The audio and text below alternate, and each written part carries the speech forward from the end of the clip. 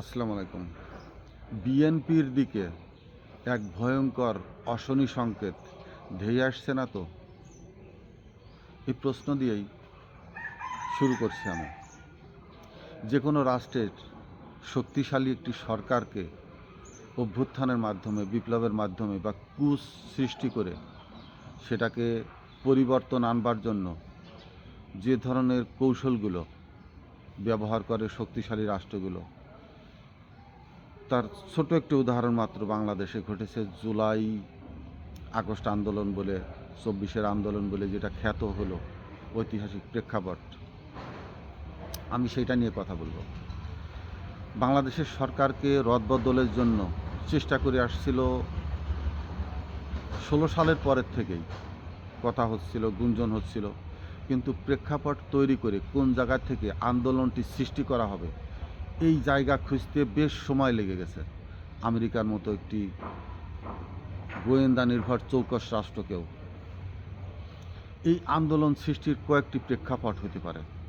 একটি হলো সারা দেশের, যেমন ভারতের কৃষকরা একটি আন্দোলন শুরু করেছিল তাদের পেঁয়াজের দাম নিয়ে, বা তাদের যে কৃষি যন্ত্রপাতি ক্রয় নিয়ে কিছুদিন আগে হলো, যেটা আমেরিকা তাদের উপরে, তাদের দেশে সেই যন্ত্রপাতি ঢোকানোর জন্য যে চেষ্টা করছে, কৃষি আন্দোলন হয়েছিল এর আগে। তার আগে আর একটা আন্দোলন হয়েছিল গরুর মাংস, তাদের দেশে এত গরু, এই গরুর মাংস, ভারত কিন্তু দক্ষিণ এশিয়ার সর্বোচ্চকৃত গোমাংস বিক্রির দেশ, যে যারা নিজেরা জব করে মাংসকে প্রক্রিয়াজাতকরণের মাধ্যমে পৃথিবীর বিভিন্ন ইউরোপিয়ান বা বিভিন্ন দেশে তারা পাঠিয়ে থাকে। এই ধরনের পুরা জনগণকে খেপিয়ে তোলা, কিন্তু এইগুলো সহজ হচ্ছে বাংলাদেশের মতো ছোট ছোট দেশে। কিন্তু এর ক্রাইটেরিয়া আছে, আন্দোলন সৃষ্টি করার, প্রেক্ষাপট তৈরি করার। বেশ কোথাও কোথাও ঝুঁকিপূর্ণ, কোথাও কোথাও সহজ। বাংলাদেশের যে আন্দোলনটি হলো ছাত্রদের দিয়ে, এই জায়গাগুলো এবার ছাত্রদের কেন ব্যবহার করা হলো? 19-এ নূররা ব্যবহৃত হয়েছিল, কিন্তু পরবর্তীতে নূর দ্বিচারিতার কারণে, চরিত্রের কারণে, লোভের কারণে আমলিকি ঘরানার ভিতরে ঢুকে যে নিজে মার খেয়েছে ঠিক, কিন্তু নিজের দলকে কিন্তু সংগঠিত করে শক্তিশালী করতে পারেনি। অর্থাৎ নিজে হাইলাইটস থেকেছে, কিন্তু তার হাইলাইটস নিজে না হয়ে পুরা দলকে কিন্তু সমন্বিতভাবে ওই যে আন্দোলনের সময় যে কমিটি করা হয়েছিল তারপরে সে আর দলের লোক ভিড়াইতে পারেনি।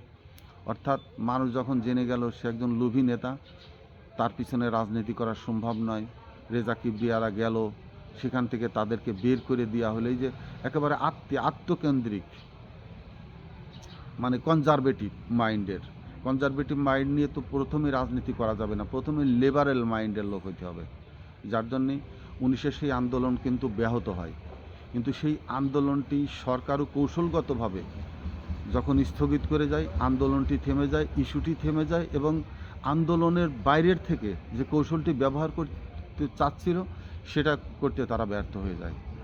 কিন্তু 24-এ এসে জনগণ সরকার অতি উৎসাহী হয়ে সুপ্রিম কোর্টের মাধ্যমে যখন সেটিকে আবার বাতিল করে দেওয়া হলো, অর্থাৎ কোটা পদ্ধতি খুলে দেওয়া হলো, আন্দোলনটা কিন্তু সেই বিশ্ববিদ্যালয় থেকে আবার শুরু হয়েছিল।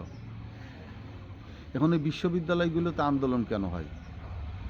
একটি যুব তারুণ্য শক্তি সেখানে থাকে, যে বয়সে রক্ত টকবগে থাকে এবং মানবিক যে জায়গাটা, ওই জায়গাটা আবেগ বেশি থাকে। তখন যে কোনো সেন্সিটিভ জায়গাগুলোকে নিয়ে তাদের আবেগপ্রবণকে কাজে লাগানো যায়, তারুণ্য শক্তিকে যে কোনো দিকে ধাপিত করে দিয়ে উদ্দেশ্যকে হাসিল করে নিয়ে আসা যায়। এই যে আবেগকে কাজে লাগানোর বা আবেগের যে সমন্বিত সম্মিলিত শক্তি থাকে এইসব বিশ্ববিদ্যালয়গুলোতে, তারুণ্যে তাদের একদিকে শিক্ষা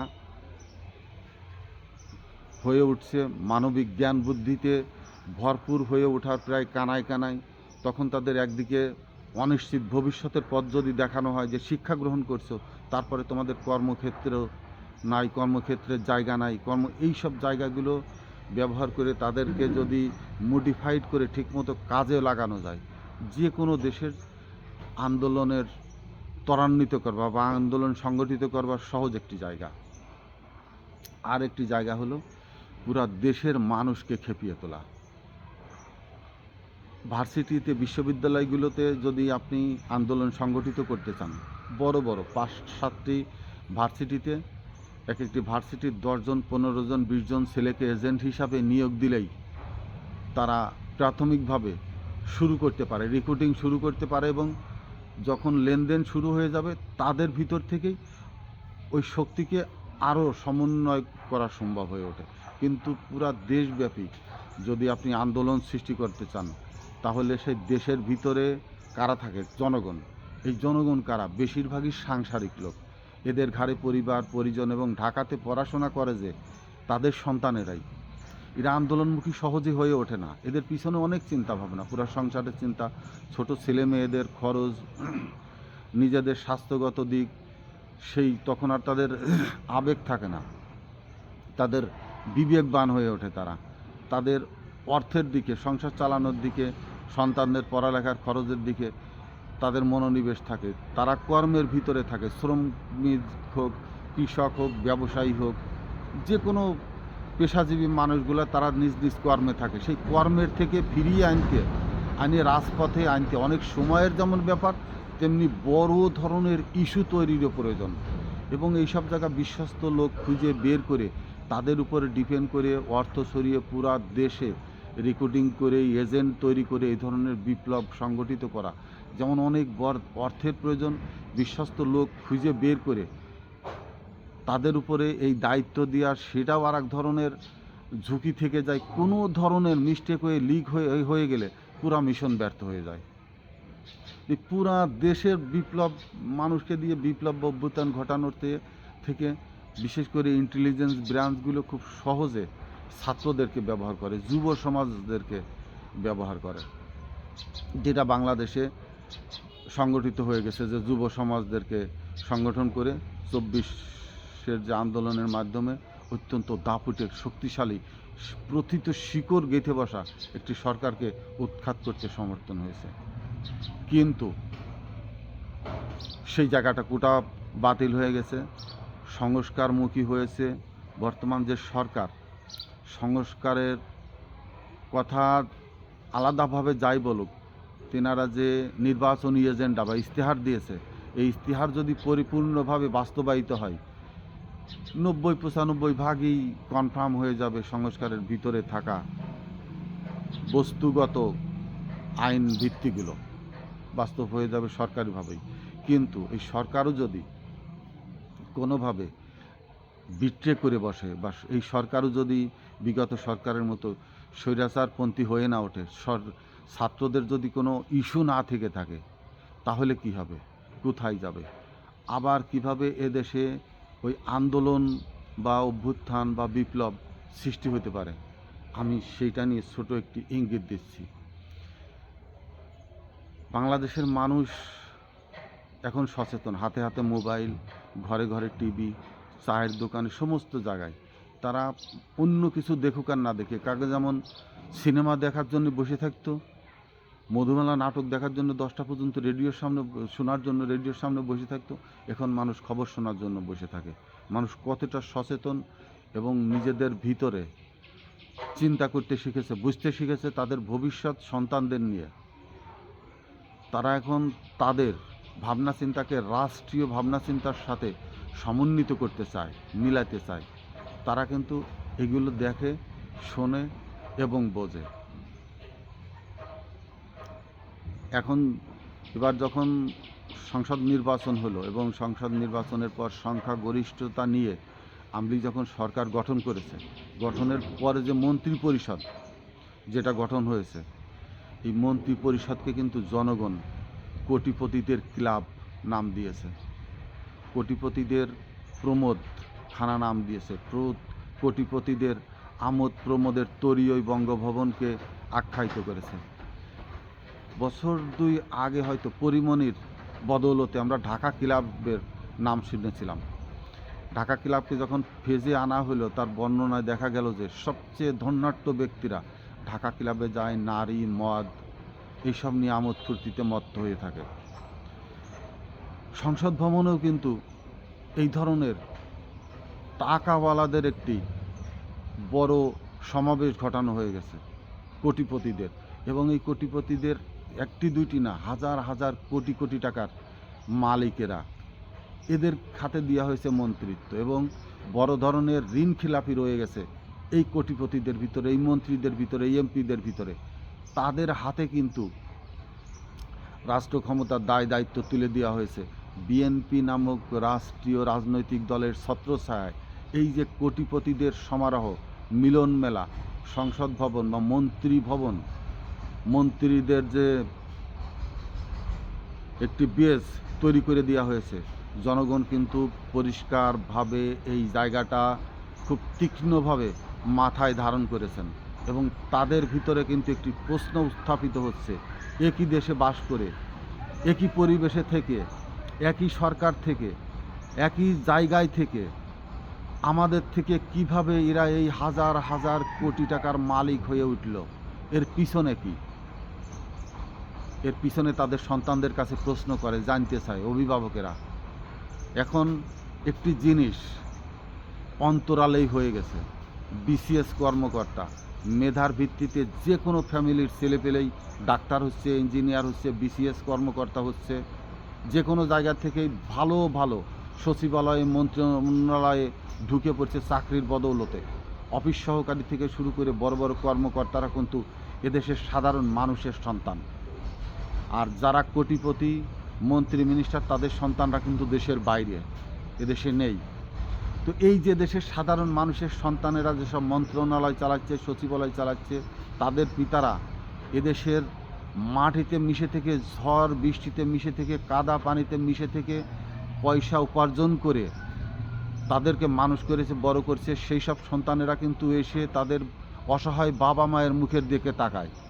একদিকে তাদের সামনেই বসে আছে কোটিপতিরা, আর একদিকে তাদের বুকের ভিতরে তাদের অসহায় মাতা পিতারা বসে আছে। এই যে বৈষম্য, অর্থনৈতিক বৈষম্য সৃষ্টি হয়েছে বাংলাদেশে, দিনে দিনে নয়, দীর্ঘ সময় ধরেই, 55 বছর ধরে এদেশেই অর্থনৈতিক বৈষম্য, সমাজ সাজানোর বৈষম্য, আবাসস্থলের বৈষম্য, চলাফেরার সমস্ত জায়গায় বৈষম্য। রাজপথে গেলে ভিভিআইপি কার, ভিভিআইপি অঞ্চল, ভিভিআইপি বিমান, ভিভিআইপি লাউঞ্জ, সমস্ত জায়গায় এই যে শ্রেণীভেদ তৈরি করা হয়েছে, মানুষ কিন্তু এই জায়গাটায় অত্যন্ত সেন্সিটিভ জায়গায় বসে আছে। যে কোনো মুহূর্তে এইটাকে ইস্যু করে মানুষকে জাগিয়ে তুলতে পারে, মানুষকে সজাগ করে তুলতে পারে। এবং এবার যদি তৃণমূল পর্যায় থেকে বিপ্লব শুরু হয়, যে কোনো কারোর বিরুদ্ধেই হোক না কেন, সে বিপ্লব হবে অত্যন্ত ভয়ঙ্কর। এবং ছাত্র জনতা আন্দোলনে ১,৫০০ বা ১৬০০ সম্মিলিতভাবে মৃত্যুবরণ করলেও আহত অনেক।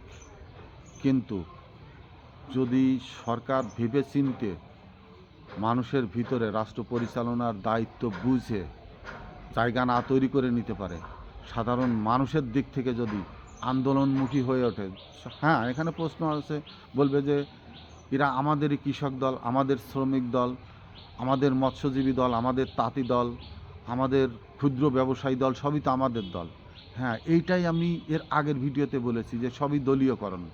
কিন্তু দলীয়করণের ভিতর থেকে পোষা কুকুর যখন খেপে যায়, তখন কিন্তু মালিককে চেনে না, বুঝতে হবে জিনিসটা। আওয়ামী লীগেরও সবই দলীয়করণই ছিল, তার ভিতরেও কিন্তু আন্দোলন হয়ে গেছে। এই জায়গাটা যদি রাষ্ট্র নির্ভীক, সততা, মানবিক একটি রাষ্ট্র গঠন করতে চায়, তাহলে যারা দায়িত্ব থাকবে তাদেরকে আগে কলঙ্ক মুক্ত করতে হবে। তাদেরকে আগে অর্থনৈতিকভাবে, ওই যে হযরত মুহাম্মদ সাল্লাল্লাহু আলাইহি সাল্লামের ধনীদেরকে সমস্ত কিছু বন্টন করে দিতে বলতেন, সমস্ত সম্পদের ভাগ জাকাত ফিতরার মাধ্যমে দান করে দিতে বলতেন। এর তো উদ্দেশ্য আছে, অর্থাৎ শ্রেণী বিদ্বেষ যেন না হয়ে ওঠে। কিন্তু বাংলাদেশের সেইটাই বর্তমানে চরম আকার ধারণ করে আছে। বিপ্লবের আরও একটি মোক্ষম উপাদেয় জায়গা তৈরি হয়ে আছে। এই জায়গাটায় যেন সাধারণ মানুষ বোঝার আগেই, ক্ষেপে ওঠার আগেই সরকার যেন বুঝে এই অর্থনৈতিক ভারসাম্যর জায়গাটা তৈরি করতে পারে। তার কয়েকটি উদাহরণ দিচ্ছি, যেমন বেতন কাঠামো 1:4, 5, সর্বোচ্চ 6, সেটাই যথেষ্ট। তার ঊর্ধ্বে গেলে এই যে বেতন কাঠামোর যে বৈষম্য ভয়াবহ আকার ধারণ করবে। বাজার ভারসাম্য, যাদেরকে প্রচুর আছে তারা 100 টাকা কেজি ছোলা কিনতে পারে, কিন্তু যার নেই 50-60 টাকা কেজি দরে ছোলার প্রয়োজন। এই জায়গা কাদের আছে কাদের নেই, কারা ঋণ খিলাপি, কাদের কাছে অর্থ পঞ্জীবিত হয়ে আছে, এই অর্থ উদ্ধার করে যদি রাষ্ট্রের কাঠামোতে বিনিয়োগ না করা যায়, যদি যুবকদের কর্মসংস্থান সৃষ্টি না করা যায়, আন্দোলন দমিয়ে রাখা কোনোভাবেই সম্ভব নয়। মানুষ মরতে শিখে গেলে, গুলি খেতে শিখে গেলে, যে গুলি করবে সেও আর গুলি করবে না, কারণ সেও মানুষ, সেও ভাববে যে আমি 1 মারলে 10 মারতে হবে, 10 মারলে আমার দিকেও একটি গুলি ধাপিত হয়ে আসতে পারে, সেও থেমে যাবে। অর্থাৎ যে মারবে সেও থেমে যাবে, যারা মরবে মরতে মরতে শেষ মানুষটি পর্যন্ত যখন মুখোমুখি দাঁড়াতে শিখে যাবে, সেই আন্দোলনকে দমাতে কিন্তু রাষ্ট্রযন্ত্র ব্যর্থ হয়ে যাবে। অতএব আরও ভেবেচিন্তে কোন কোন জায়গায় দুর্বলতা আছে এবং কী কী নিয়ে বাংলাদেশে আন্দোলন হতে পারে, সেই সব জায়গাগুলো গবেষণা করে তথ্যগতভাবে সঠিক তথ্য উপাত্ত বের করে নিয়ে সেটাকে নিবারণের জন্য এবং জনসমক্ষে সেটা প্রকাশ করে সেটা নিবারণের চেষ্টা না করলে অত্যন্ত অশনি একটি ভয়ঙ্কর সংকেত বিএনপির দিকে তথা বাংলাদেশের দিকে আবার ধেয়ে আসছে। আসসালামু আলাইকুম।